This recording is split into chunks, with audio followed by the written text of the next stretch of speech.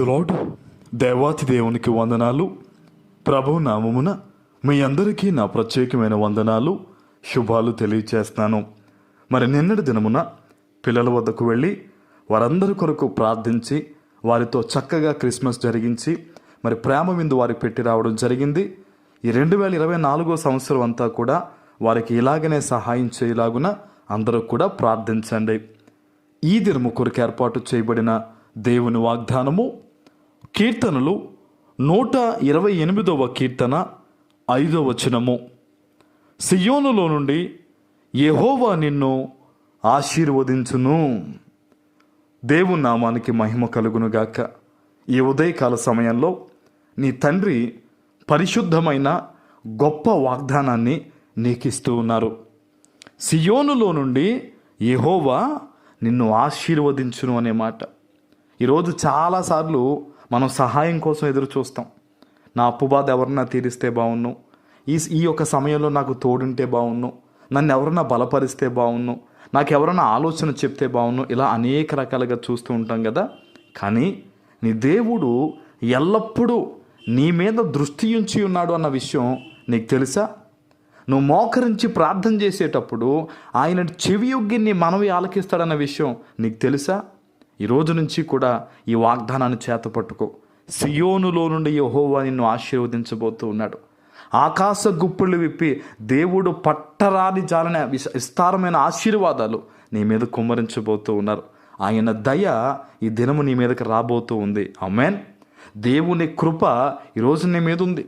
అందుకనే వేకువజామునే నువ్వు ఈ వాగ్దానాన్ని వింటూ ఉన్నావు. దేవునికి స్తోత్రం.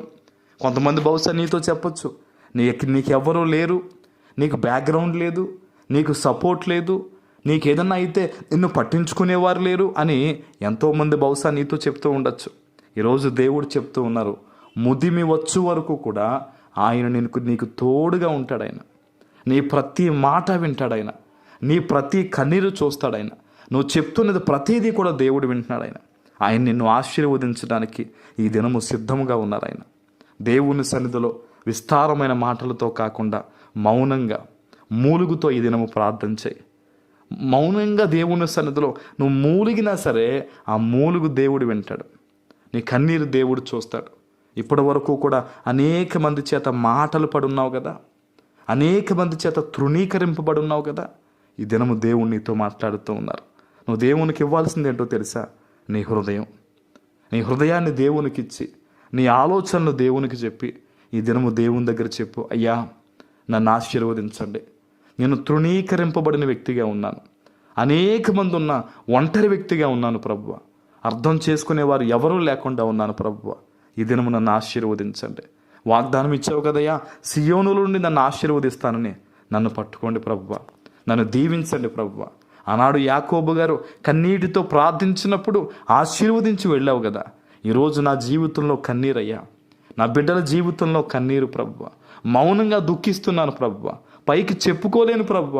ఇటువంటి పరిస్థితుల మధ్య ఈరోజు నీ వాగ్దానాన్ని పట్టుకున్నాను. దేవా, నా బిడ్డల్ని, నన్ను, నా కుటుంబాన్ని, సమస్తాన్ని కూడా ఈరోజు దీవించండి తండ్రి అని దేవుని సన్నిధిలో మౌనంగా ప్రార్థించి, మూలుగుతో ప్రార్థించి కన్నీరు విడువు. ఈ దినము దేవుడు ఏదైతే వాగ్దానం ఇచ్చారో నిన్ను ఆశీర్వదిస్తానని, తప్పకుండా ఆయన కృప నిన్ను ఆవరించబోతూ ఉంది. నీ జీవితంలో చాలా సంఖ్యలు ఈ దినము తెంపబడబోతూ ఉన్నాయి. ఆమేన్. ప్రార్థన చేసుకుందాం. పరిశుద్ధుడు అయిన మా తండ్రి, ప్రేమ కలిగిన ప్రభువా, మీకు వందనాలు. ఈ దినము మీరు ఇచ్చిన గొప్ప వాగ్దానము ప్రతి బిడ్డ జీవితంలో నెరవేర్చమని యేసు నామమున ప్రార్థిస్తున్నాను తండ్రి.